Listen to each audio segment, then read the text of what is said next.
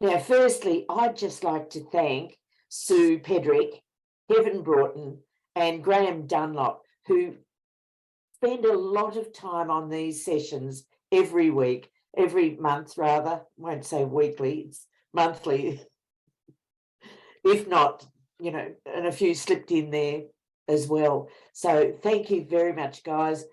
You know, people do appreciate you. Sometimes you're doing these things and you think, well, nobody's appreciating me. We all do. So there you go. Congratulations and thank you.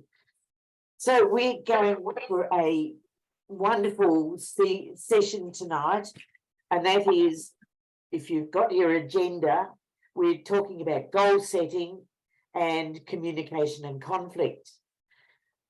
So goal setting, as we know, is pretty important.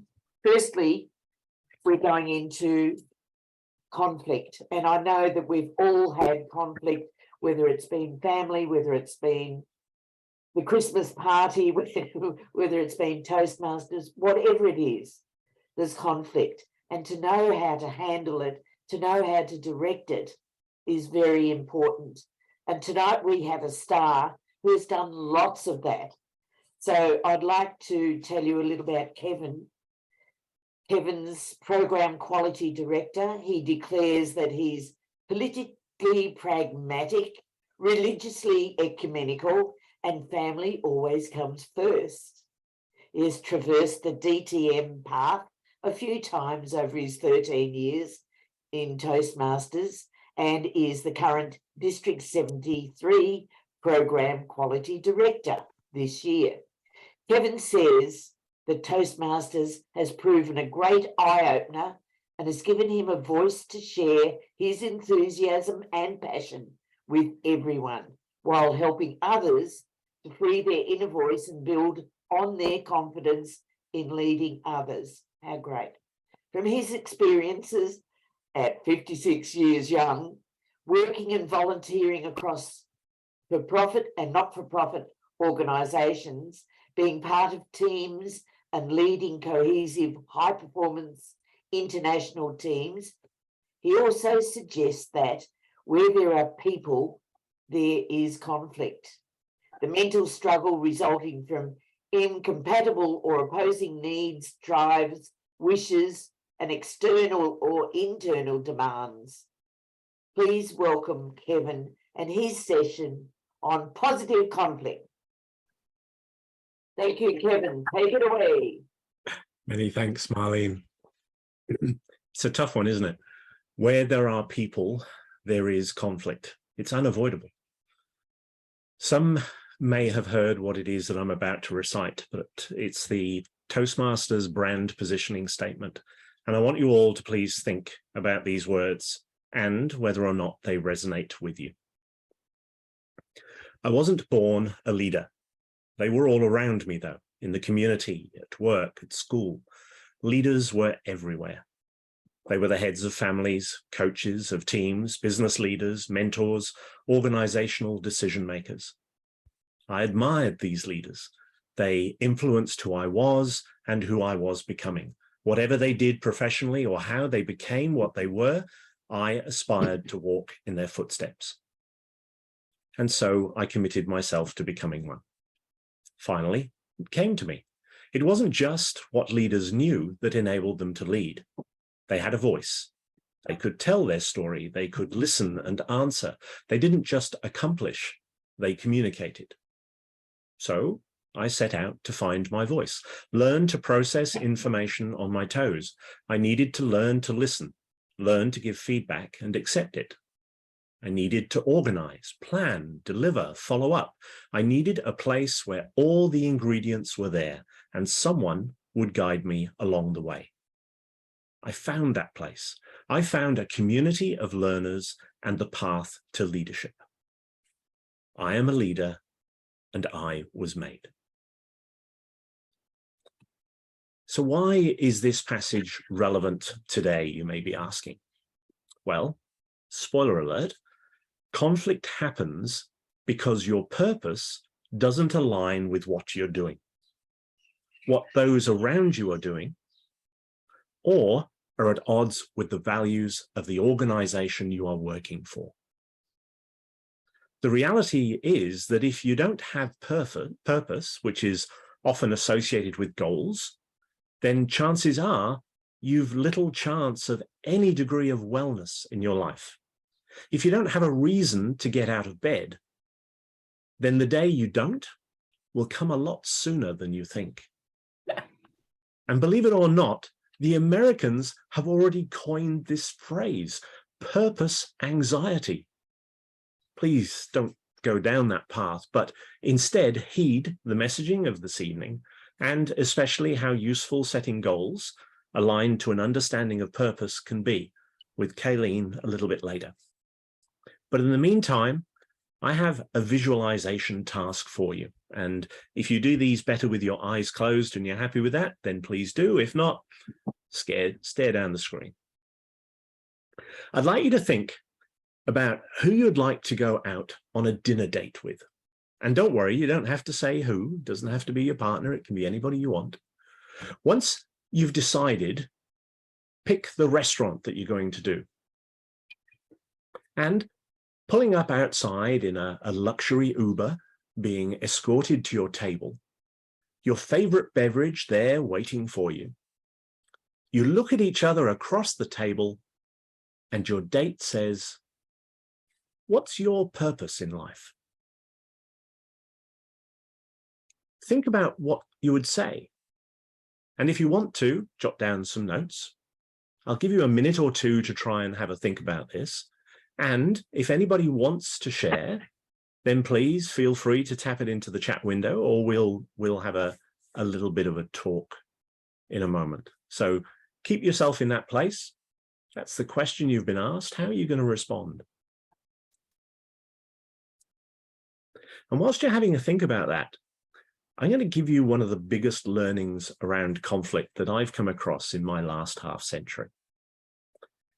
Negative conflict happens most in environments where conformity is the norm. You have to do it because that's what everyone else does. Where group think prevails.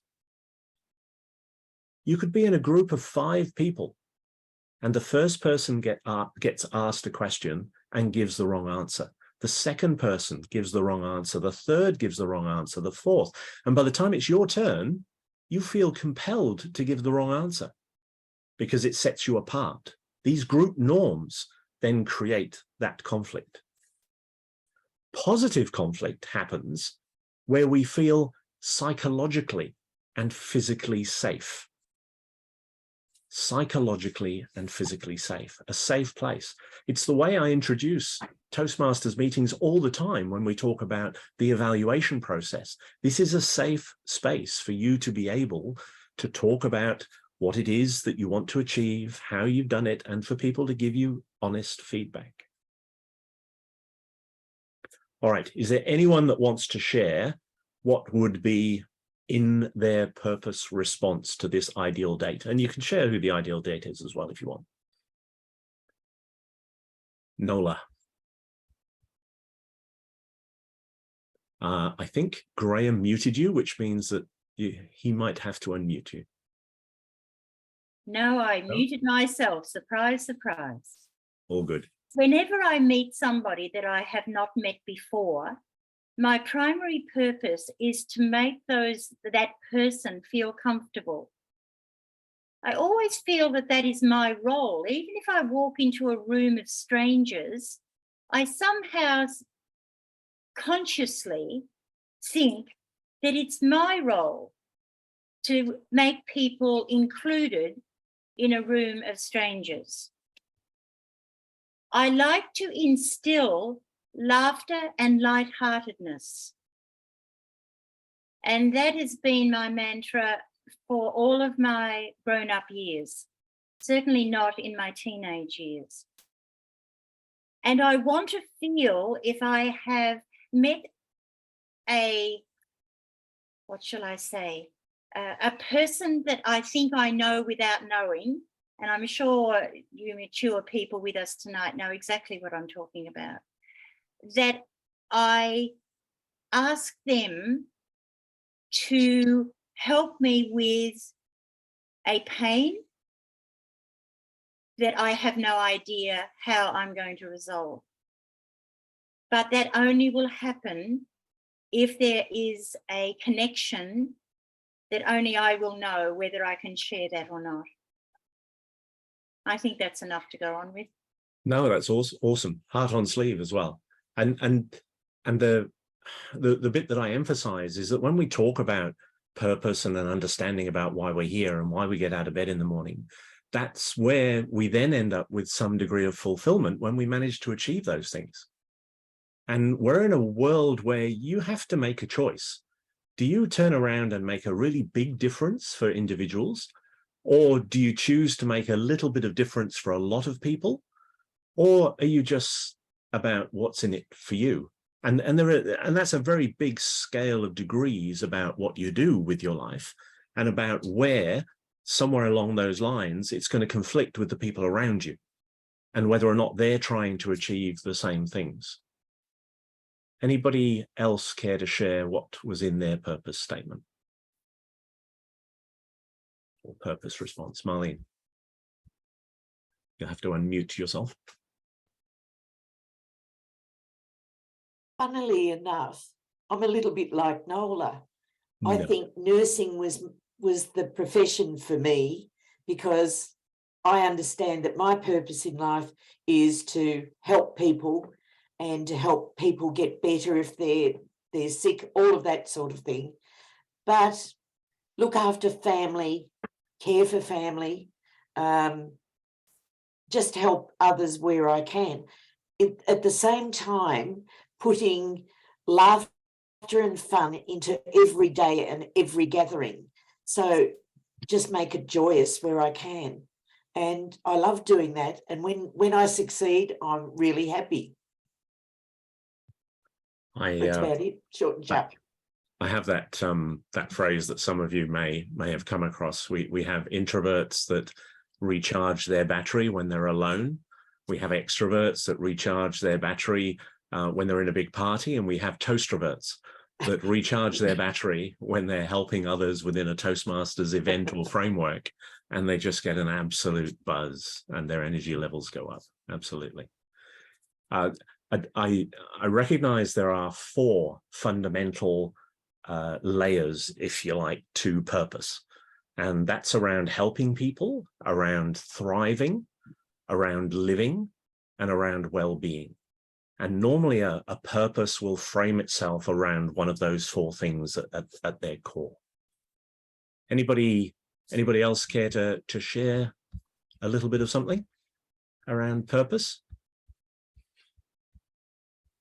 So in the good old days, when we were all face to face and you were all sat there in front of me, I would be turning around at this point in time and saying, turn to the person next to you and do this. So in the Zoom world, that turns into multiple breakouts and people being paired up. So in a moment, I'm going to ask Graham to pair us all up, and you'll be put into a group of 2 people. And I want you to have a conversation, and it's called the annoying child conversation. You know how when you say something and somebody turns around and says why, and then you explain, and then they say why, and then you explain and they say why, and then you hit them. It's that conversation that I want you to have together, and I want you to count how many whys you manage to get down to. So first person will turn around and present a question I'm about to give you, and then the other person's role is to say why. And then you have to try and respond again with a meaningful why, see how many whys you can get down to, and then swap over. And then have a little bit of a conversation amongst the 2 of you around how you managed to get to where you got to, and then come back to the main room. Don't wait to be brought back. Come back to the main room out of your breakout. So that means going to leave and leave breakout, not leave meeting, leave breakout. And that brings you back to this room. And then we'll just see how deep people manage to get into their why. And the question I'd like you to ask, it's the same question, is why are you in Toastmasters? Not why did you join? Why are you in Toastmasters? And that's the question. So Graham, if you wouldn't mind throwing us out into our little pairings. And the beauty of this one is it won't be like when we're in person, where all of a sudden the elevation of volume goes so hard you can't hear the person who sat next to you. It will just be the two of you next to each other. So remember, go through the exercise, count the number of whys, and then at the end of that, have a quick chat and come back to the main room with the lead breakout. It'll only go for about three or 4 minutes. So see how you go. And anyway, in terms of how people did, who had the most whys, who had more than 5 whys before they gave up? No. 4. You're 4. on We mute, had 4. Nola. We had 5, Kevin. You had 5 whys. Excellent. And we had 5 also with my newest best friend that I've never had a conversation with before. And I said, do you want me to be the annoying child?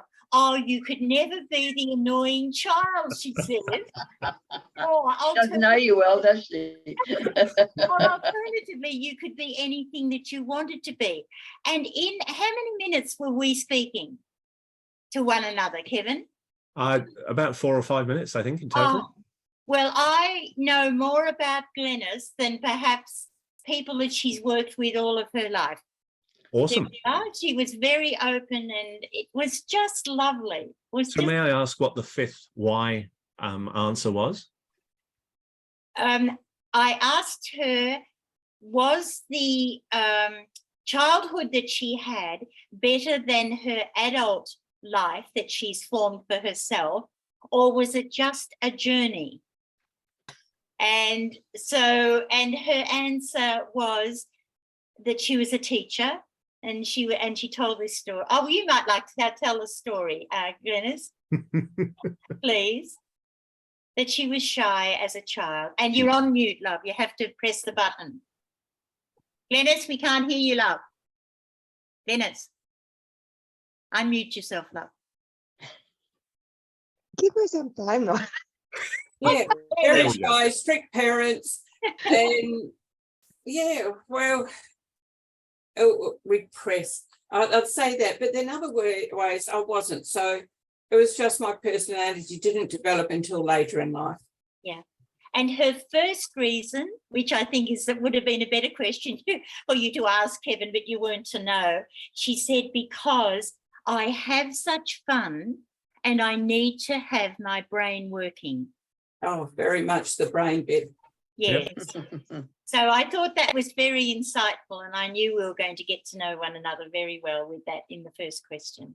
Thank you. Excellent. Did anybody recognize a pattern in the answer to the whys, and whether or not they went from being more grand altruistic type goals to something that was more focused on something that was a personal reward? As in that gratification experience?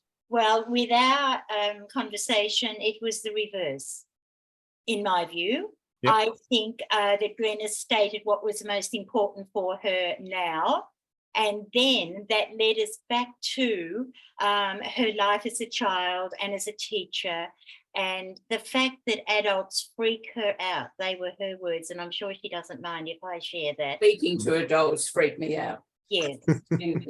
So for her to become a Toastmaster, isn't that an oxymoron? Well, the bit here, and what I put to everybody, is the more that you recognize internally what your drivers are and what your purpose is, the easier it is to create a plan to be able to fulfill that. So right. when you recognize that speaking in front of grown-ups is a challenge, what do? Withdraw? Or do you challenge yourself to speak in front of people? And then it's why. Why do I want a voice in front of adults? I want a voice in front of adults because I need to be able to change something about them, or I feel I have a message that I can give them that's going to make them better people or better contributors to society or to community, or I can make a difference. And we need to focus on what it is that we do. I know a lot of people talk about purposes being, all altruistic and positive and doing good and all the rest of it. It doesn't have to be that way. But invariably, when we get a purpose and we have conviction in that purpose, then making a difference for one or two people and then them doing the same thing, it's that whole pay it forward. We can't individually change the world, but we can change somebody else's opinion. We can help them overcome a particular thing. We can help them get through a particular disagreement in some shape or form if we are open to be able to do that. But if you don't mind me saying, Glynis, I think it's different for Glynis. In my view, I think Glynis is doing something that she needs to do for herself to be the best that she can be. I don't think in her life she has always put everyone first, except her children that she taught for so many years. No, you put them first too. Exactly. They were always first. But I think Glynis now, in being part of Toastmasters, is doing something important for her so that she can be the best that she can be for other people. Yep. Would you agree with that, Glynis, or not? I do. My comment back, the purpose, what my purpose was, the first thing I wrote down was to be the best I can. And then I had help others and learn and stuff. And a friend asked me to join Toastmasters and I burst out laughing in horror. And I'm a writer, see. And as a writer, if I get a book contract, I need a book contract, everybody. Then I've got to go and do book launch here, there, and everywhere. So it means I've got to talk to adults, don't I? Yeah. And as soon as I settled down and remembered, my purpose was this. And yeah, besides the, you can't live yourself scared. Can't be scared. No. Toastmasters has a club in District 73 called Writers Online. Okay. It's an entirely online club. And I was there last night and we had an educational on ISBNs and why you would want an ISBN as a publisher, as an individual, or as an organization. A group of people all looking at writing and publishing, poetry, storytelling, and they meet on Thursday nights online. At Flinders Uni? Nope. No, it originated out of Tassie, out of Launceston. Okay, I've written it down. I'll find them. Yep. I was late joining today because I'd entered a competition for poetry. Mm-hmm. And majorly I had to pay $50 for it. But this has lent me to getting a poetry book done. And I had to find a photo and upload and say, you missed this and missed this area. And it just takes a little time. And they said, 3 days, you've got to reply. Well, midnight tomorrow is the third day, but I wanted it done today. Brilliant. So, we do, and we will always do the things that we find time to be able to do.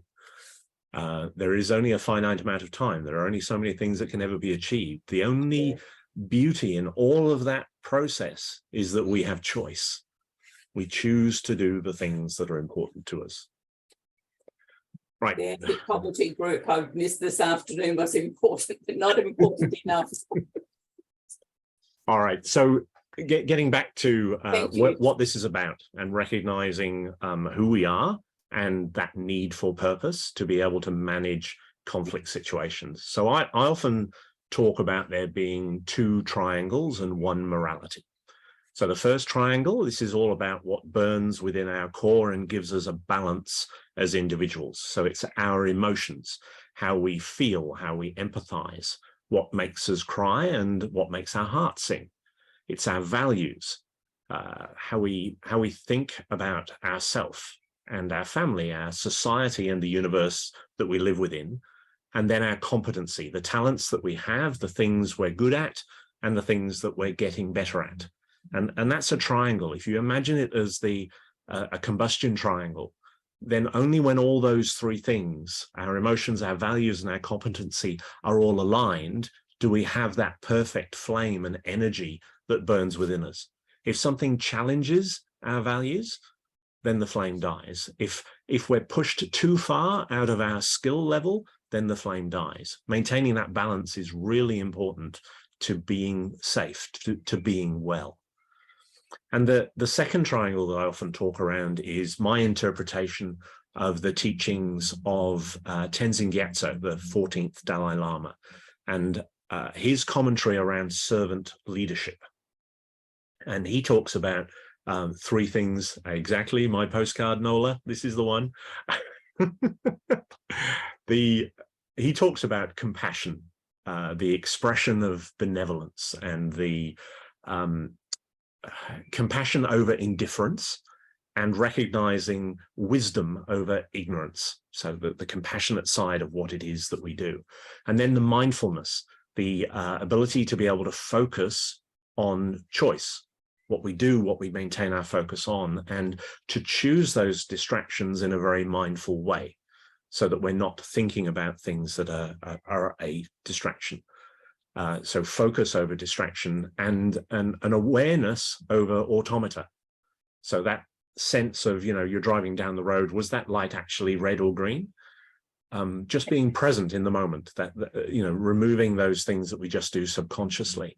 And then selflessness, the enabler that's within us to be able to help others do things, being selfless, not selfish, and expressing confidence over diffidence. And that doesn't mean turning yourself into a doormat for other people to take advantage of you. It means turning around and being very conscious about what you're doing, how you're enabling others to be able to do things, but not at the cost of yourself in being able to do it. And then the final part of that entire framework is integrity. And integrity is, it's a big thing for me. I talk about it a lot. Nola, you look like you're about to ask a question. Yes, I am, because I had a conflict today Yep. with the man that I've been married to for 58 years. We went to vote. And as always, there were people standing out the front, handing out the how to vote cards. And when I go past the people of who I am not going to, when I was younger, I used to take them all because I thought it was a kindness. And now I think, well, that's a waste. I've got all these things, I'm just going to put them in the bin. So now I say, thank you, no. And then I go to the person that I am going to support.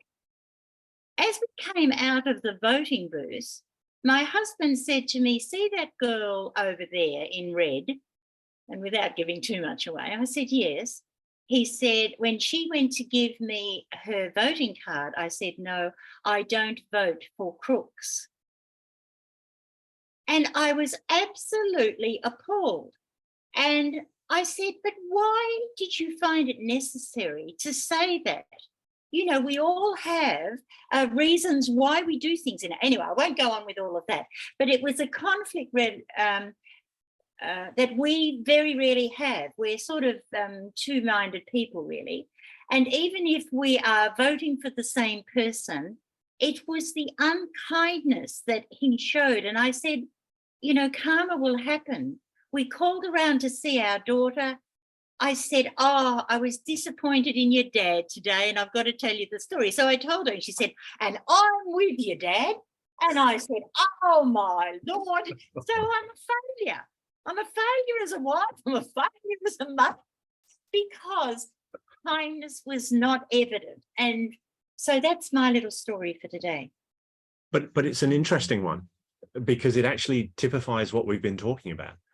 Where do you draw the line between your integrity of allowing the person to know why you're not going to vote for them and or not? So what you have called kindness, your husband has chosen to be overly blunt and unkind in how he's expressed what he did, but that wasn't the right thing to have done, to have had a conversation that I'm actually not aligned to the political views. If you want to talk about it, then I'm happy to. The kindness aspect versus the integrity challenge, there are ways to do things. And there are... I know. Anyway, there we are. I'm telling tales out of school. No, but that is the start of where conflict occurs. And may I point out that the biggest thing that you did that I think is the reason why conflict all too often becomes overtly negative, is that you called it out the second it occurred. Now, there's a whole principle around what they call bystanders. Everybody knows what a bystander is?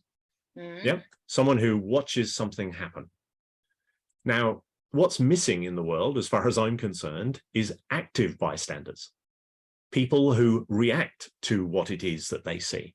And I'm not talking about just turning around and saying, you know, are you going to pick up that litter that you just dropped? I'm talking about complimenting the daughter that sat next door that's showing perfect manners in a restaurant. The reinforcement of the positive behaviors and the calling out of the negative behaviors. An active bystander is someone who chooses to do something about what it is that they see. People often talk about, in this context, the Good Samaritan.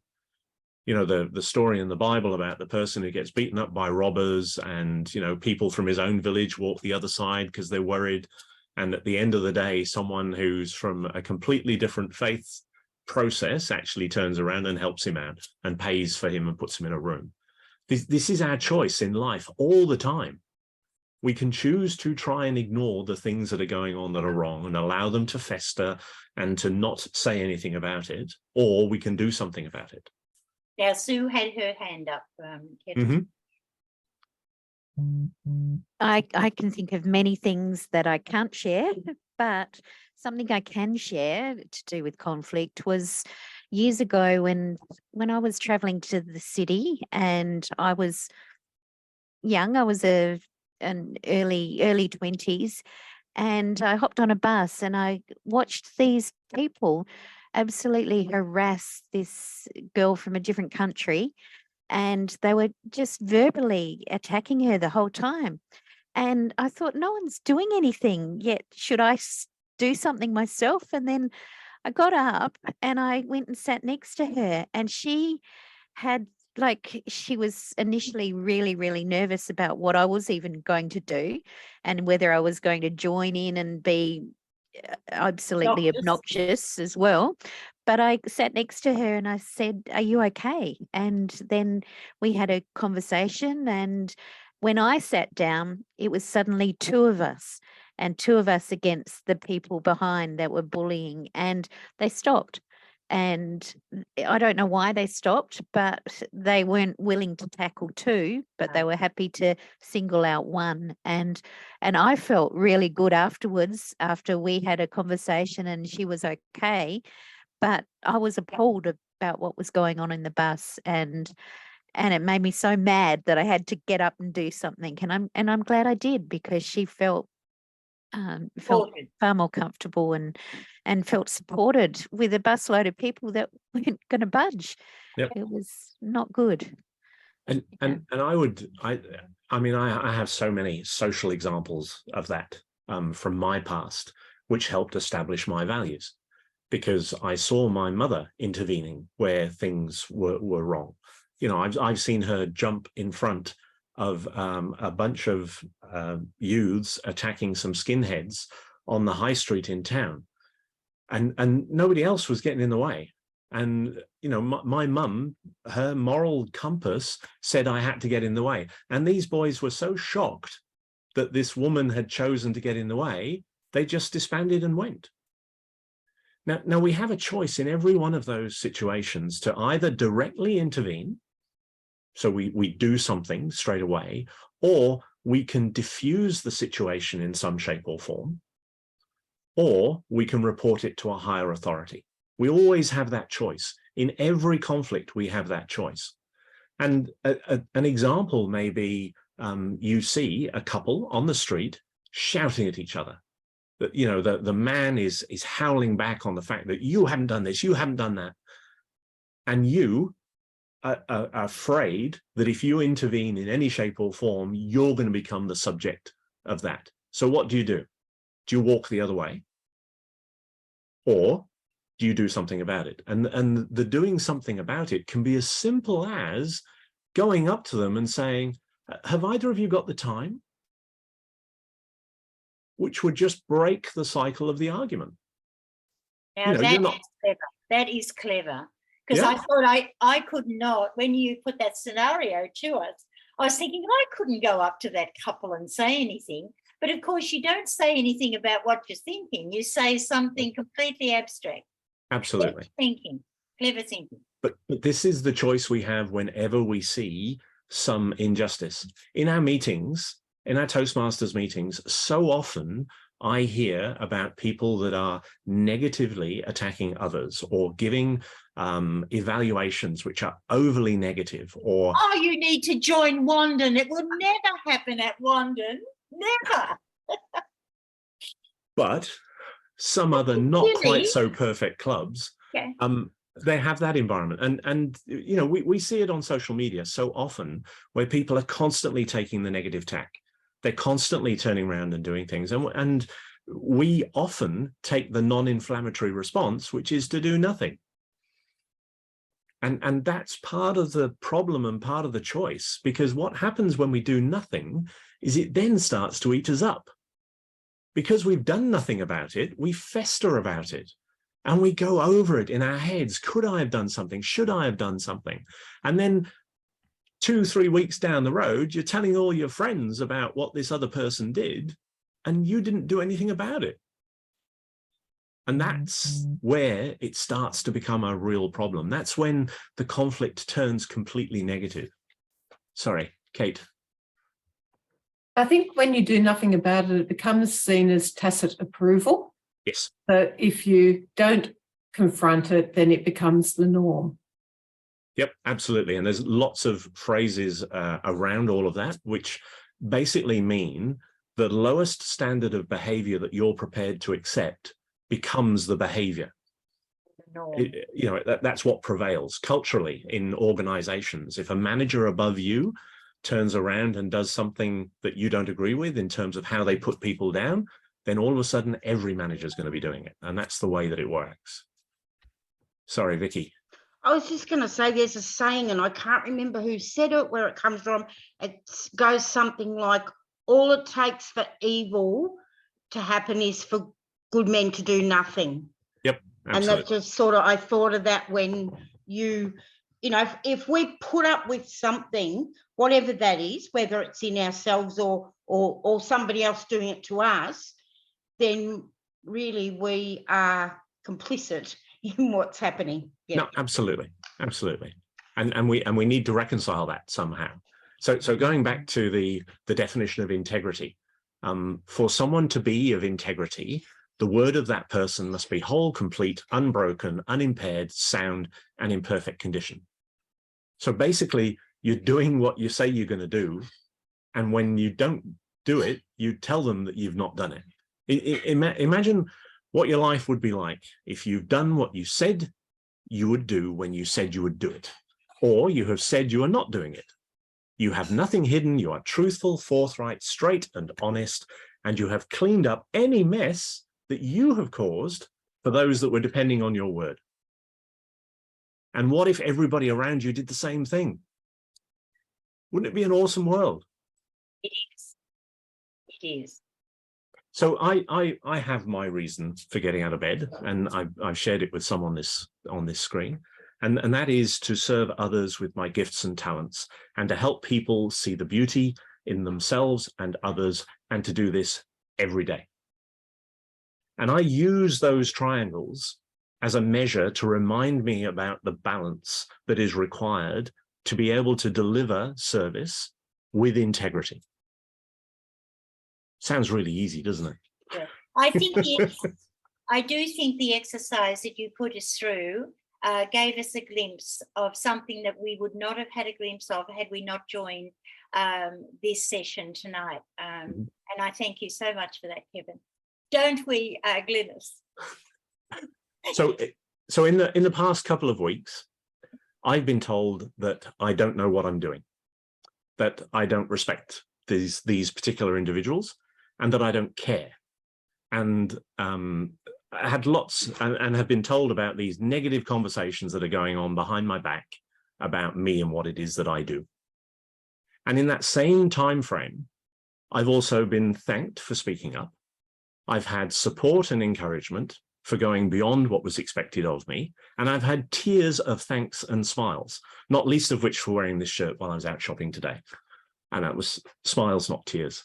The challenge we all have is how you choose to deal with the conflict that arises. Negative conflict is overwhelming, it's frustrating, and it's painful. But positive conflict leads to innovation, education, and growth. We can take every element of conflict if we are open-minded to it, to be able to make things better as a result of it. And that's our challenge. It's an absolute challenge. But what if we do walk away? I was so engrossed in an organization before I joined Toastmasters. And then there was a group, there was no more than 5 people in this group. And every time I spent time with them, they stole my endorphins. I came home and my husband was commenting on my changed attitude, how I was more critical of what happened at meetings, right? So yeah. I chose to walk away. I didn't confront anybody. And in a way, I lost a lot, but I gained myself back again. So is walking away sometimes all you can do you think? It's there is no simple answer to that. So the problem is inside you, do you feel that you have done what you could do? Yes. And that's the measure. That's the measure. Yeah. Right. It's for nobody else to judge. Okay. The reality is inside you, are you personally of integrity that you did the right things and that you protected those people that were perhaps having the wrong things done to them? Yeah. That's what it boils down to. Yeah. There's most of the negative stuff that seems to be happening today is happening in the background. It's happening through emails, through social media, and it's being delivered by third-hand conversations. And part of that is how COVID has given them a voice to be that way. But almost all the positive stuff is happening face-to-face or on a phone call. What does that tell you about us as human beings? Yeah, Hugh McKay wrote a book, The Art of Belonging. Yeah, it recognizes the community versus the individual. Why a sense of belonging and purpose is so important to being constructive and contributory to our communities, and alignment with organizational values, where leaders are made with integrity, with respect, with service, with excellence. We don't need to know how Vegemite is made, yeah, that salty, savory, umami taste, to understand its impact on Australian society. But can we recognize the fact that we have an increased population from 2 billion to 6 billion in the 98 years that Toastmasters has been alive, in terms of how it's been running, and how all of this is making a difference. We don't have to know everything about it to know that what we're doing is following the right path here. And when are we going to recognize the difference that we can make through this exponential growth? There's a phrase that's used, I can't remember who said it, and it is, a rising tide needs to lift all boats. And it's a measure of change. You know, the water level goes up and boats, traditionally, they're just going to float. Everyone's going to raise. But if you've got an anchor which is bolted to the ocean floor, then you've got a problem. And these anchors it's all this negativity, it's all this inability to accept what's going on, to be able to speak in the moment and be able to do things. There are 5 dimensions to our health, yeah? And these dimensions are social, so our relationships with others, how well we're able to communicate and connect, and those around us whilst acting with integrity. We have our mental health, our sense of value to those around us within our community, our ability to cope with the demands of the day-to-day. We have our spiritual health, our ability to believe or not in a higher purpose or connection of existence. For some, this is organized religion and faith. For some, it's just service to others. And for some, it's hedonism. But, you know, there is a space where that spirituality lives. We have our emotional health, our ability to accept and move forward, our ability to absorb and not be overwhelmed by the positivity or negativity that surrounds us. And then we have our physical health, our body and its functions, how well we're able to process the right nutrients to deal with disease, promote longevity, and to age well, to become active aged. All of these things are all the factors that we have to consider. Now, I'm not going to make you do this as a physical exercise, but what I want you to do is in the next 30 seconds, can you name to yourself 5 people who are not your family that you consider friends that you've been in contact with in the last 2 weeks? 5 people, go.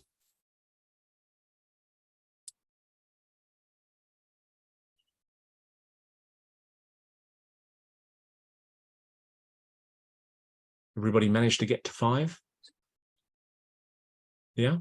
And I'm desperately hoping that this is an easy task, because unfortunately, there are a lot of people out there that wouldn't be able to get 1 person on that list, yet alone 5. And the reason why I think we have 5 is part of what we do here inside Toastmasters, because I can guarantee at least 1 or 2 of those 5 people will be Toastmasters. They are, yeah. There you go. They were last on my list, I'm sorry. I did start. Who do But I if they know? were there, if they Nobody. were there, that's a good thing. Yeah. I thought Toastmasters was my family. Oh, all right. That's a good excuse for not including any of us. A very quick story. We owned a service station for many years in London, and there was a man who came looking very unloved, very lonely, had problem in speaking. He would come into our service station and buy $5 worth of petrol about every 2 days, because he didn't come for the petrol, because we serviced him at the pump and we had a conversation. Everyone that worked. We still have a garage here, which is the garage of choice, where when you go to, someone comes out to the pump and fills your car. There you go. And It's not the cheapest. It's not the cheapest petrol, but it is absolutely the place that a lot of people go. There you go. So I'm going to close off. You may have attended this session expecting a guide on how to make conflict positive and to deal with negative people, what some people call cactus people.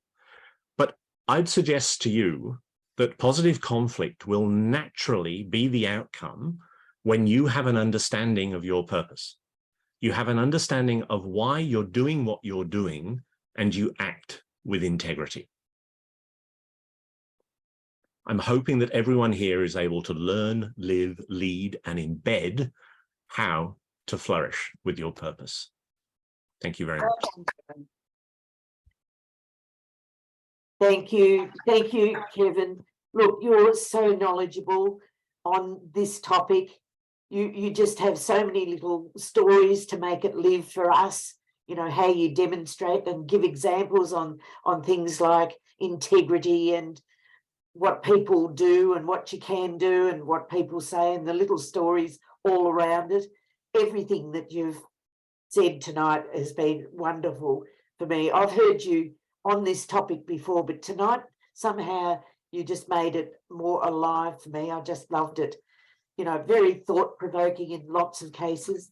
But you also said your catchphrase was, I am a leader and I was made. I really just love that. You are a leader, and we thank you for that, because your session was brilliant. Many thanks. Thank you. Now we're going to move along, and our next session is by Kaylene Ledgar, DTM Past District Governor. And Kaylene's talking on goal setting. I'll tell you a little bit about Kaylene in case you don't already know. Kaylene joined Toastmasters in 2003 to overcome her fear of speaking, which was holding her back from applying for promotions at work. Toastmasters helped Kaylene secure her promotion and ultimately move into leadership roles in the Australian Public Service and in Toastmasters. I'd just like to add Kaylene's Toastmaster achievements, which are Division Governor of the Year, Distinguished District 70 Governor, District 70 Evaluation Champion, and 3-time Distinguished Toastmaster. Currently, Kaylene is the Vice President Education for Berwick Toastmasters, of course, and she's passionate about the member experience and developing future leaders and speakers. Kaylene is a mum of a 16-year-old black cat called Magic. Please join me in welcoming Kaylene Ledgar, past Region 12 advisor and distinguished Toastmaster, with her session on goal setting and planning. Yay, give her a round of applause. Thank you. Over to you, Kaylene. Thank you, Marlene. And Magic is sleeping at the moment, but we had to include him in the introduction because he may visit. And that is part of me doing my planning and preparation for this event. So goal setting and planning. As I started preparing for this session, I started thinking about all the goals, or I will say not goals, the dreams that I had in my past that I wanted to achieve that I never got close to achieving. And this session is going to help turn dreams into goals and have you achieve them.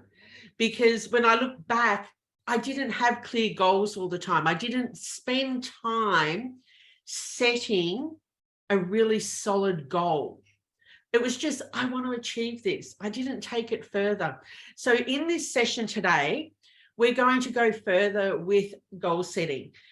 And then we're going to attach a plan to that goal so that you can be successful and actually achieve what you want to achieve, instead of just hoping you had that magic lamp and poof, you achieved what you wanted to achieve in life. So I like this quote: a goal without a plan is just a wish. And that is the foundation of this session today. I've over the years heard heaps about setting SMART goals, and setting a goal is part of the process. If you want to be successful, you have to have the goal plus the plan to be able to achieve what you want to achieve. And why do we want both of them? A goal with a plan helps you have that focus you need to be able to get to the desired result that you're after. As you go through this process today, it will help you get clarity about what you want to achieve. And then when you attach the plan to it, it just reinforces what you want to achieve. So it keeps you focused, but you've also got that clarity of what you want to achieve as well. Having a plan allows you to measure and see your progress. You can see as you go through the steps where you're developing, how you're getting closer to your goal. And I'll skip forward. It helps you with that process. It helps you remain motivated. So being able to see your progress motivates you to keep working on that goal. Instead of having that goal on the 1st of January or the 31st of December, that New Year's resolution, I'm going to, and then not looking at it until the next year, you're actually checking it out throughout the year, and you're doing something throughout the year, and therefore you're getting closer to achieving your goal. So it motivates you as you see that progress. It can avoid or help you overcome the procrastination that you can have without a plan. Without a plan, you can be thinking, I don't know what to do next. I'm not getting what I want. I'm not achieving my goal. But you can spend and waste a lot of time thinking and procrastinating without taking action. Setting a really strong goal with the action plan, and we're going to go through this process shortly, doing it and spending time around that at the start means that you know what you need to do next. So you don't have to procrastinate. If you're thinking, okay, I'm ready, what do I now need to do? You look at your plan so you can avoid or overcome any procrastination you have. And it definitely helps you achieve more. Because as I said, and I'm sure I'm not the only one, there's been lots of dreams that I called goals in my past that went nowhere, didn't achieve it, because I didn't marry the goal with a plan as well. So a goal properly set is halfway reached. And for me, a lot of that is because of that clarity we get from the process. So now we're going to move into looking at setting your goal. After I've gone through and explained this, I will be asking you to set a goal. So I want you to be thinking about this as we go through this process. So there's three key areas I like to look at when I'm working with Toastmasters or my clients with around setting their goals. And the first one is how I write my goal out. I write it as though it's happened. I write it as though I've achieved it. If I was doing a goal around completing level 4 in presentation mastery, I wouldn't say I want to complete level 4 in presentation mastery by the 30th of June. Instead, I would write it is the 30th of June and I have completed presentation mastery level 4. So it's just a different way of framing the goal, and it makes me feel more positive. It uplifts me when I say it that way, when I write it that way. And it also does some tricky things in my brain where it makes me believe it's possible. If not, I've actually achieved it. The second key, and we've all heard it, is about SMART and SMART goals. So we want our goal to be specific. We want it to be measurable. We want action within it. We want to have to do something. It has to be realistic and time bound. And I'll just touch on the realistic. I had a new member come to me the other day and they wanted to get their Distinguished Toastmaster within 12 months. Oops. 2 criteria in the Distinguished Toastmasters include be a club officer for 12 months and be a district officer for 12 months. It's not going to be realistic just on that. Before we go any further, that we know it should take you a bit longer to go through, but it's just not possible. So make your goal realistic. Now, the third part, some of this came from my author mentor, and it really shifted how I do my goals, but also how I help other people with their goals. And it's about what you feel, hear, and see when you achieve the goal. So I mentioned a goal of the 30th of June. I would add to that, I feel excited. I hear my fellow members congratulating me on achieving that speech. And I see an improvement in my speaking skills or something like that. So it's just a different way of adding and reinforcing, building on this goal. The other part is how will you celebrate and reward yourself? Now, achieving the goal in itself might be the reward, and that's okay. But sometimes, I know with some of my business goals, I might have a celebrate or reward of going to the hot springs down on the peninsula or taking myself away for a weekend, depending on what the goal is. So if the goal itself isn't sufficient, add a reward to it. Now, this is about how we set goals for ourselves. And some of us here, or most of us here, will be area, district leaders or club leaders. So you might be thinking about setting goals for a team. And the one thing that I would add if you are going to set goals for a team, is involve the team members from the start. Have them engage, have them as part of the process for identifying what the goals are and get them to go through this process together. Having them involved from the start gets that buy-in for them. And they also become the champions of this goal, being able to talk it up, help keep people motivated for that goal. So here's an example based on what I've just shared. A goal that I have set is about tonight. And as you can see, it's got the date. It's quite clear. It's really specific about what the goal is. Was it realistic? Yes. I think I had a week to prepare for today, Sue. I think it was a week. So it was realistic. I could achieve it. Action, definitely. I had to do something. I had to prepare for it. So it meets all the SMART criteria. And then I've added, I feel motivated to do more workshops. In fact, I've actually drafted one yesterday that I'm presenting now tomorrow. Because of this one, it's motivated me to do more. I hear the members, you, eager to implement their action plans and achieve their goals. I see members posting in comments in chat, thanking me for the session. Hint, hint, nudge, nudge, when I'm finished, give me a positive. And I'm going to celebrate on the weekend when I share what I have done tonight and this experience with my brother. So that's just an example for this event, how I pulled that all together.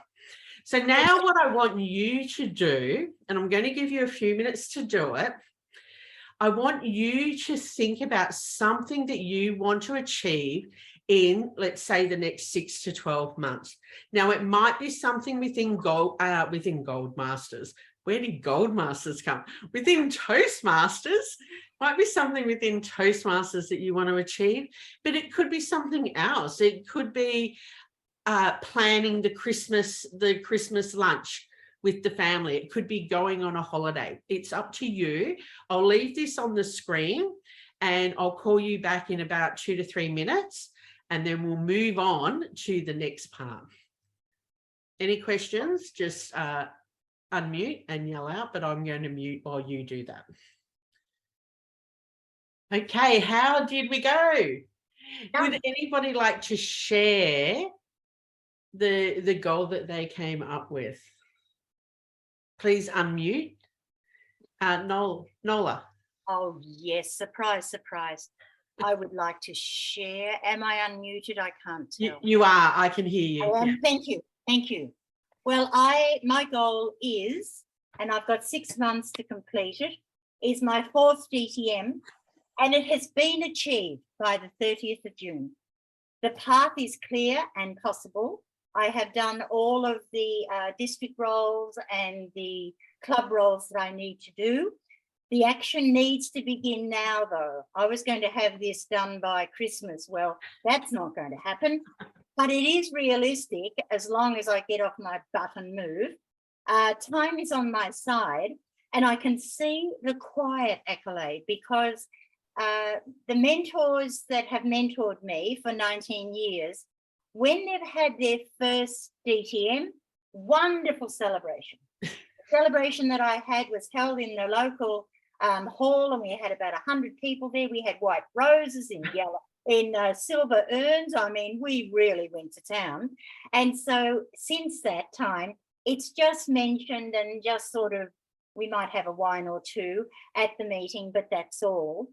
But I am going to give this year, I have decided, a high tea for my team at the conclusion, because without them I can't achieve the 4th DTM, and I can't afford to take them into town and, you know, go to, I don't know, the top restaurant in town. So it'll be at my home, which is nearly as good. There you go. That is my goal. That will be successful, hopefully. Beautiful. And I love that the celebration, the reward includes the people that helped you along the way. That is such a lovely way to celebrate achieving your 4th DTM. on the 30th of June or by the 30th of June. You are a legend. Well done. I have time for one more. Does somebody else want to jump in and share what their goal is? Come on, Glenys, have you decided? I dropped mine in the chat window. Oh, There you Yours go. is in the chat. so Kev. Are you Oh, waiting to read Kevin's in the Yeah. chat, or are you waiting for me? I love Kevin's. He's delivered his first hybrid convention for District 73. I love that. Satisfaction ratings. Oh, fabulous. And yes, I have promised to be one of the presenters. That's fantastic. Well written. And Glenys, you sent me a private one. I'm motivated to give this speech too. Oh, absolutely. We can make that happen for you, Glenys. I've got goals. sharing. And I've even got a vision board I can see while I'm sitting here. And Fabulous. so, And this is the thing.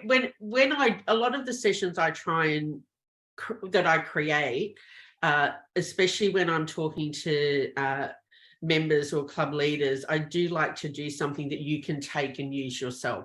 So you will get the PowerPoint afterwards. So you will be able to take it and create, make it your own and help use it at your club to help your clubs. Fantastic. All right. So, and if you haven't noticed, so is my filler word of choice. You'll hear it all the time now. So setting goals is the first step in turning the invisible into the visible. Now we move on to creating your action plan. And we're going to do this in a minute. You've got your goal that you've just worked on. The next step or next activity will be going and starting to create your action plan for that goal. So the first thing you want to be doing is a brainstorm of the different strategies and actions that you need to do, you need to take to be able to achieve the goal. So that one, when I mentioned about completing level 4 in presentation mastery, I need to schedule speeches. I need to prepare speeches. I need to look at what electives I want to do on pathways. There's a number of different steps that I need to do in order to achieve that goal. And especially if we go even further, I haven't even started the path. So I've got to do a lot of work if I was truly going to do that goal. So you want to list everything you need to do. And with that, have a timeline of when the different tasks need to be done. And some of the tasks will need to happen before you can move on to other tasks as well. I'll also note at this point, when we're looking at the strategies, actions, and the timeline with it, this in itself may become a goal that you then need to create an action plan for as well. So if it's a big project, some of the tasks become their own little goal with an action plan as well. When you're doing your action plan, you also want to anticipate potential obstacles. What could prevent you from achieving your goal or from taking the actions that you need to do to get towards your goal as well. Knowing what they are means you can do something about it and put something in place. Also, identify the resources you currently have and you need. And these could be people resources, knowledge. You might need to upskill. You might need to allocate some time as well. At this point, I'll also mention about maybe an accountability buddy or somebody to encourage you, a mentor. Might be somebody that you identify in this point to help you going forward. Another resource that for me that I often do is creating a visual of the goal. Now, Glenn has mentioned about a vision board. That's one way. Or for me, I love colors. Simply creating a color, having my goal written out or typed out with lots of colors around it so it's visually appealing for me as well. And then finally, we want to evaluate the progress of our towards achieving our goal. So set some milestones, some dates where you're going to check in and review how you are going with your plan. Are you ahead of time? Are you behind? Have things changed? Do you need to modify your plan? Do you need to add new strategies or actions? Do you need extra resources, support? So these are the 5 key areas that will help you create a really solid plan to help you achieve your goal. Now, again, if we're making this into a team goal, if we're doing this for the club or another team that you're involved in, when you're listing out your strategies and actions, you also want to assign responsibility. So who on the team is going to own that piece of work? Now, they may also then have a team that works with them, depending on what the work is, but you want somebody that's responsible for seeing each of the strategies and actions come to life. You also, when you're looking at creating a timeline, include times for progress updates and reports. Don't wait until the due date for them to say, oh, it's the 30th of June and we need 10 new members and 7 awards to get Distinguished Club. Oops, too late. You want to check throughout the year on the progress. So you want to get those updates earlier. So I'm going to give you about 3 minutes to move in to do your own or to start work on your own action plan. Here's a sample of what a plan can look like based on the goal that I had at the start. So I will again go on mute. I'll give you about 3 minutes and we'll see how we go. And if you've got any questions, call me, but just make a start. Try and put something down for each of these categories so that you've got a start for your plan when we conclude. To do a action plan justice, you do need more than 3 minutes to do it. But I hope that you were able to get some strategies or actions noted down with some times, maybe a potential obstacle that you may need to come up with some strategies for, some resources, and some times when you're going to evaluate. A bit of a yes, nods, got some. Yep, good, fantastic. So from this session today, you have a goal that you have created and you have made the start of a plan so that you can succeed with your goal. To wrap up the session, I do like this quote: our goals can only be reached through the vehicle of a plan. In which we must, Kaylene can't say that word, believe. I kept trying beforehand and my tongue just won't go around it. So Nola? Fervently. Thank you. Believe, and upon which we must vigorously act. There is no other route to success. And as I just did then, sometimes you've got to delegate some of the actions in what you have to do. So thank you, Nola, for being my buddy and helping me out there. I wish you all success with your goals and feel free to share this with other people. I believe our members, the more that we can have our members creating goals and sharing them with their fellow members, we will keep them in Toastmasters and they will achieve so much more because they're actively engaged in what they want to achieve. They're focused on what they want to achieve and they've got a plan to achieve it. So back to you, Marlene.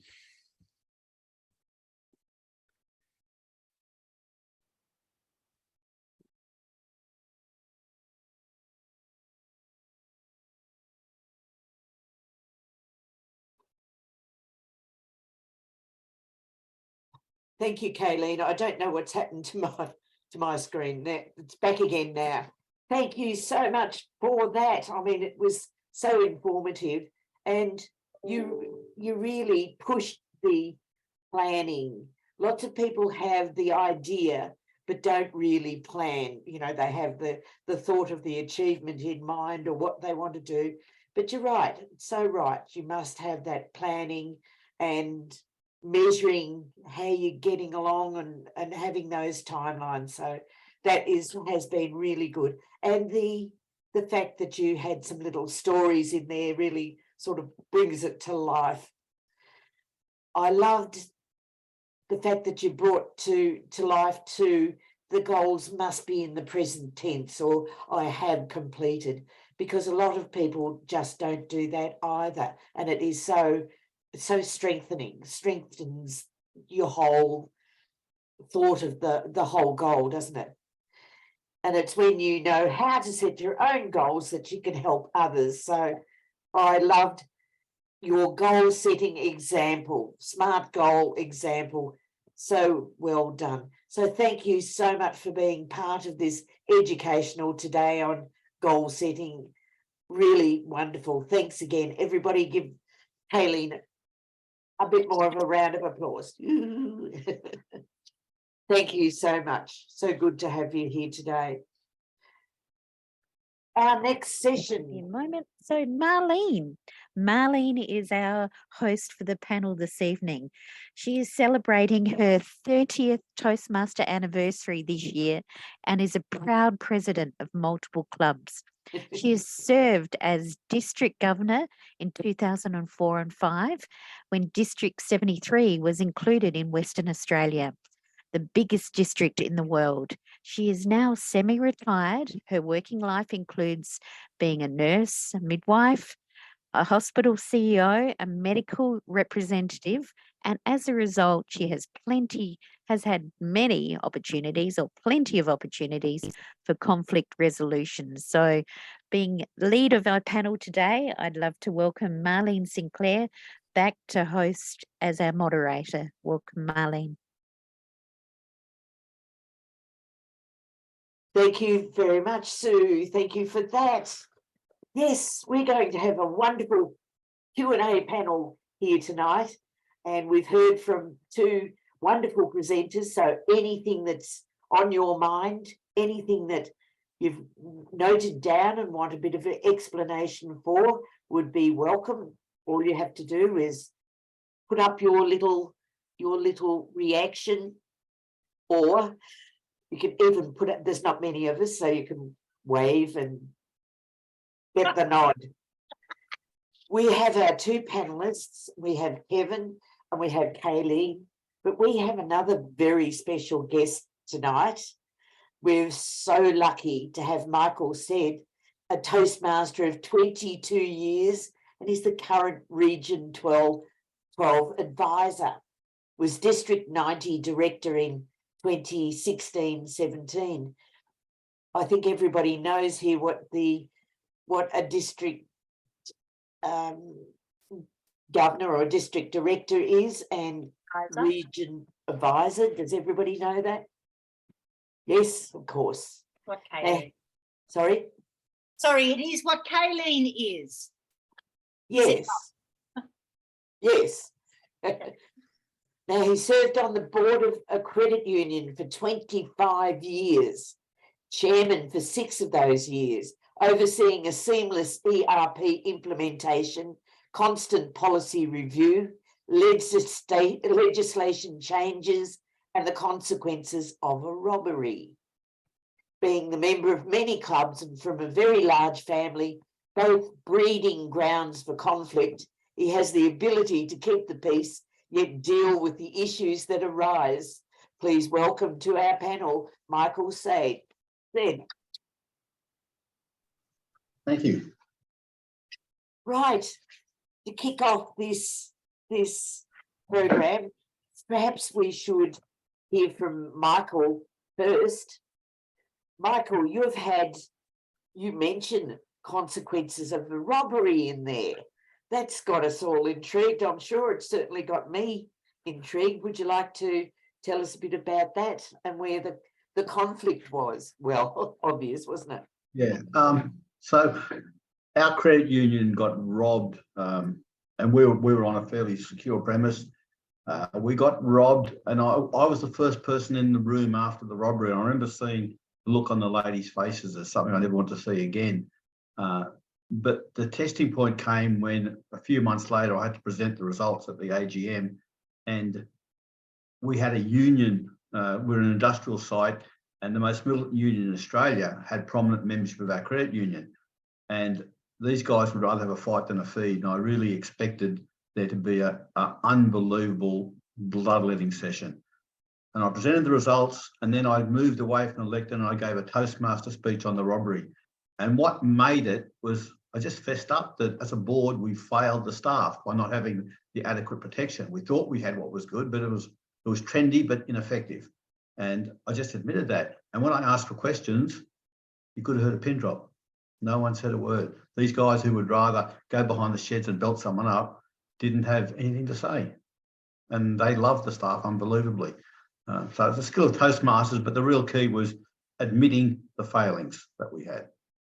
Yes, sometimes that actually starts the ball rolling, and people really start to find out what they don't know or what they should know after a terrible event like that. Any comments on that, Kevin? I'm a big fan of transparency and openness. It is so hard to lie and to create a framework and a set of premises which are false to try and protect either your own backside or somebody else's backside. It is, I can't think of a case where not being honest and open with those people that are involved in a situation will not lead to a more positive conversation. And the language of positive conflict versus negative conflict. If you are open and transparent, these are the challenges, then there is always an opportunity to turn around and share, well, what could have been done better. If you go straight into a defensive posture about there was nothing we could do, there was nothing that had been done, it's all your fault, everything just falls apart. You get nowhere. So I'm absolutely with the fact that the idea of truth is so important, and always communicating with everyone who's involved. The moment somebody's missed out, then that's when the toxicity starts to creep into everything that goes on. Thank you, Kevin. Just wondering too, what were the ramifications on people who were involved there? Michael. Ironically, they all reacted differently. Some of them were impacted immediately, some straight after, and some a few days after. But we put everyone through counselling. We had security training. We did things maybe that we realised we should have done earlier. And I think we came out a stronger group. But the hardest thing really was the suspicion, because it obsessed me. I was looking over video footage, trying to, I was in my head questioning the staff, were they involved? It was 2 days after the biggest delivery of cash we'd ever had, so it was an inside job. But what I think it was someone at the cash delivery company had fed information, is what I think.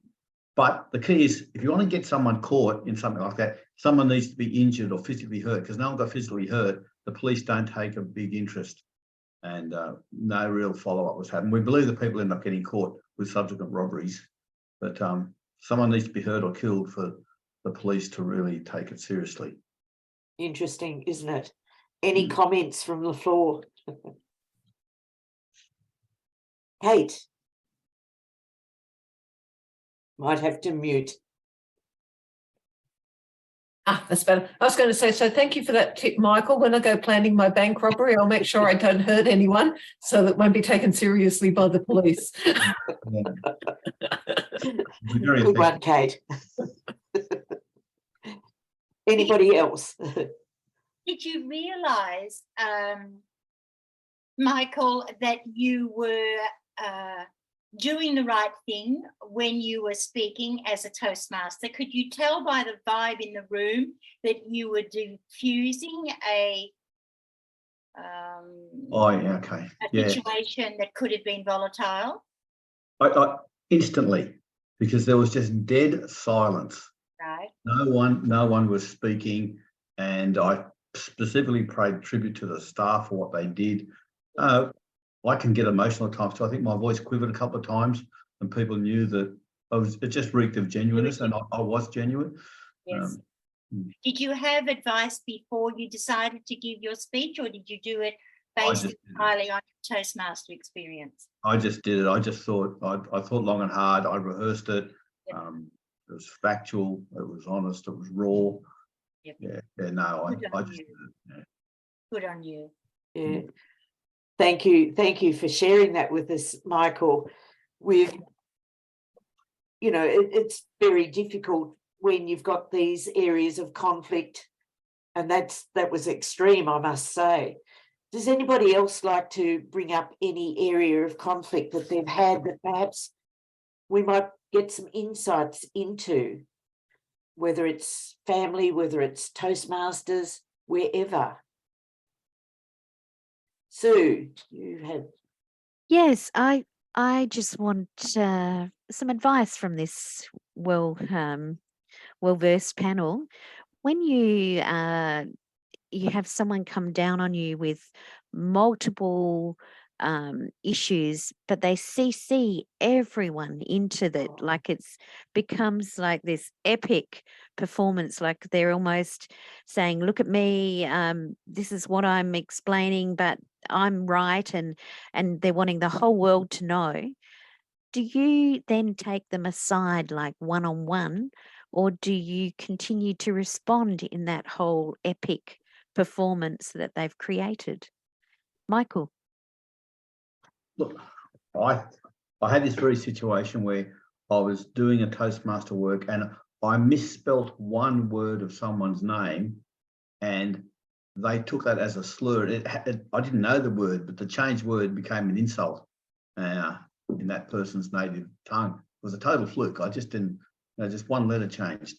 And the big broadcast email happened. I just sent an email back to everyone, just saying, so-and-so, let's take this offline. Full stop. And that's so, but I had to let everyone know that's what I was doing. So I had to reply all, which I hated doing.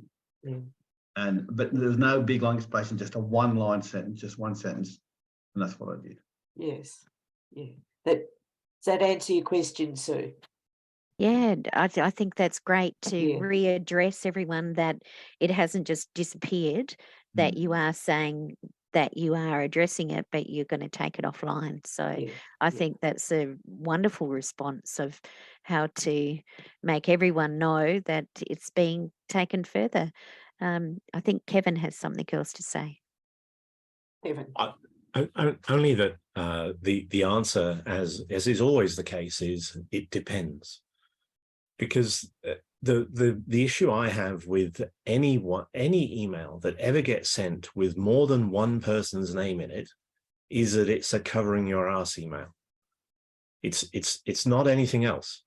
If you genuinely have an issue, that person should have picked up the phone and spoken to Michael and said, "You've got my name wrong, can you fix it?" Anything else is grandstanding, and it is deliberately that toxic way of trying to make a point, which is a problem. And even doing that one reply all is adding weight to that person's publicity and what goes on. I mean, depending on how big that CC list was, I would have probably gone through and actually phoned each of the people on the CC and explained what it is that had happened, and then phoned up the person and said, "I've fixed it, hope that's okay." Because people don't pick up the phone anymore.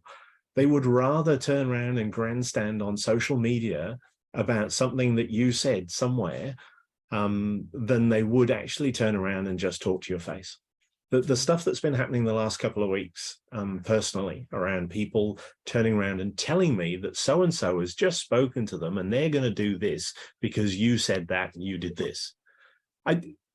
Where's the benefit in that? It goes nowhere. It's just pure toxicity. And that's the real problem. Transparency just has to happen. And the moment somebody goes to CCing everybody, You just need to do everything to be able to turn it into something that is personal and take it away from that grand stage. Well said, Kevin. Yes, it's such a pity that people don't pick up the phones anymore to fix a problem like that. I mean, face to face, if you can't do that, a phone call, if you can't do that, well, I suppose you're onto the email again. But as you say, just to the one person. Any other comments? Nola? Yes, well, I am guilty of what we are discussing now. It was at a executive meeting where I was there just because I like to know what goes on in District 73. And I was told that I could not comment on a particular issue. And me being me, kept talking. When the meeting finished, I was absolutely devastated and disgusted with myself. So I sent an apology to the committee. So it wasn't to one person. I sent it to all of the committee, the executive, and said that what I had done was so inappropriate, and I was very regretful, and please accept my apology. So I am one of those guilty people that sent it, but I wanted to speak to all of the executive because they are the ones that I had dishonoured, and they were the ones who were setting the rules, and I went outside the rules. So I'm not asking to be absolved from what has been said, but sometimes things happen, and I'm not saying that I'll never ever do anything inappropriate again, because I'm a big mouth and I always say what I think. But in this instance, it was inappropriate. So I don't know what the executive thought about that, because they didn't respond, of course. And now I know why, by all the comments that have come through this meeting today. So I was so glad I was here. But what are your personal thoughts, and what did you feel when you received my very sincere apology? Did you think I was grandstanding?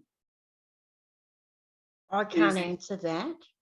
What I can say is, Nola, I admire you for doing that. I think that if more people realised that, you know, I had someone in the district when I was district director who I needed to speak to, and sorry, my phone's ringing, and I'll have a 99 cone, please. it wasn't Mr. Whippy, but I love that. And I tried to discuss something with this person and they wouldn't discuss it with me, and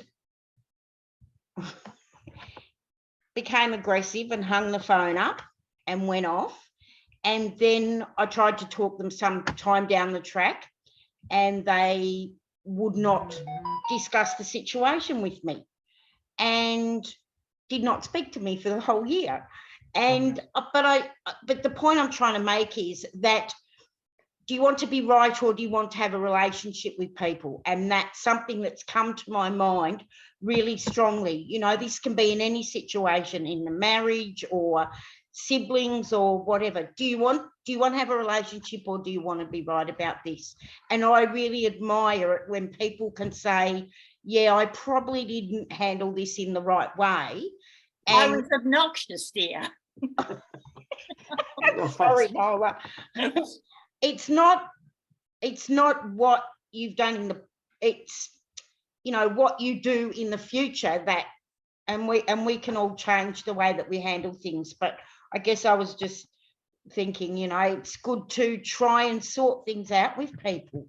It doesn't achieve anything by holding on to something, and like what Michael was talking about, and someone's name being written wrongly. You know, what's more important? Thank you. Thank you, Vicky. Thank you. Yes. Michael, you had your hand up. No, I didn't think I did. Okay. And I think Glenys did before Kevin. Okay. Yes, where I volunteer, the person who runs it is wonderful. She's got all sorts of great ideas, and she's strong and she's good with words and everything, but it's her way or the highway almost. Okay. And we had a function there and I was trying to promote it. but she didn't like the way I was doing it. It was only by word of mouth. So she hauled me into the office and she blah, blah, blah, blah, blah. And I'm sort of sitting there. And when I could, I got in and gave her my point of view. And I said, I agree with what you understand, but, and then she went on again. And I had to repeat it 3 times because she just needed someone to listen to her about what she was doing. And it took her 3 times to calm down and hear what I was saying. And we parted as friends. And it's not the first time that this has happened. 6 weeks later, she did the same sort of trick about something. Admittedly, she was having lots of trouble at home and things, but it really got to listen and so on, because no one's 100% right or wrong. Normally just slit someone's throat. But yeah, it was just, she agreed. She could see where I was coming from and she thanked me for doing it in the end. But as I said, it's her way or the highway usually. And people let her turned out okay in the end. Well done. Thank you, Glenys. Would you like to respond to that, Kevin? It's probably our last little chat. I just wanted to respond briefly to Nola. So I was in receipt of that email exchange because I was part of the trio and that was where the meeting occurred. And it all established itself from the inability of the meeting to properly express the rights and wrongs of the meeting protocol. So within the meeting, there was an inability to convey to Nola her role within the meeting, and her passion was so strong about the need to be able to speak that she persisted perhaps a little longer than she felt was appropriate. And the need to be able to talk about that protocol was part of the extension of that email exchange. And what that resulted in was Nola turning around and apologizing for what it is that she did. There was openness and transparency within the whole exercise, and nobody can be punished for being passionate about what it is that you believe in. But there are protocols that unfortunately mandated a particular behavior. You know, it's like going to a concert and suddenly standing up and singing along with the opera singer. You don't do it. But if you get passionate enough and you do it and you're really good, you might get a round of applause at the end of it. But nonetheless, I wasn't expecting a round of applause, I can tell you. Never mind. I've moved on, as they say. Yeah. Absolutely. But I refer back to the openness. So all the examples that we've spoken about, they're open communication. They're being honest. They're speaking from your heart around why it is that you feel the way that you do, and it's doing it at the time that the event has occurred. Not being a bystander and letting time pass before you bring to attention that something is right or wrong. Turning around and actually reinforcing the positive behaviors and turning around and calling out when someone's done something that's not appropriate and not being afraid to do it. Toastmasters is a phenomenal organization for being open and being safe in what it is that you're doing. And there's just a few poisonous people which turn around and screw it up for us all. And that's the problem. And if we don't hold them accountable, then we're the ones that are allowing the organization to fall down as a result of it. And that's our challenge, doing that in a respectful way, turning around and having that conversation with the loudmouth person who always thinks that they're right. How do you do it? I'll let you know next time. Thank you, Kevin. Yes, very succinct in that. So, Kaylene, and what comment do you have to make on this as well? Have you had probably had a few touchy situations yourself? Yeah, absolutely. I've had situations where I've been involved in the conflict, whether it was initiated by me or I was the party feeling attacked with that. So I've had those experiences, but I've also helped a lot of leaders deal with their own situations as well. And there's two sides. There's always, there's you and there's the other side to it. And you can do everything right. You can do everything that Kevin said. And you can do everything within the Toastmasters core values. But you may not get the outcome that you want. So there's been situations where I've walked away from conflict. I've tried to deal with conflict, tried to go through the process, and in the end, It wasn't being resolved the way I wanted, so I chose to move. The beauty of Toastmasters, there's a lot of clubs out there if we have stuff like that. There's been situations where I have found myself in conflict and I've chosen not to deal with it, because it's just, why get involved, especially with social media? Why jump on and add to it? Yeah. At the end of the day, they're not really part of my life. They may think they are, and they may think they have the right to cut me down to pieces, but, you know, is it a conflict that I want to get in? So again, I think it comes back to stuff that Kevin was talking about.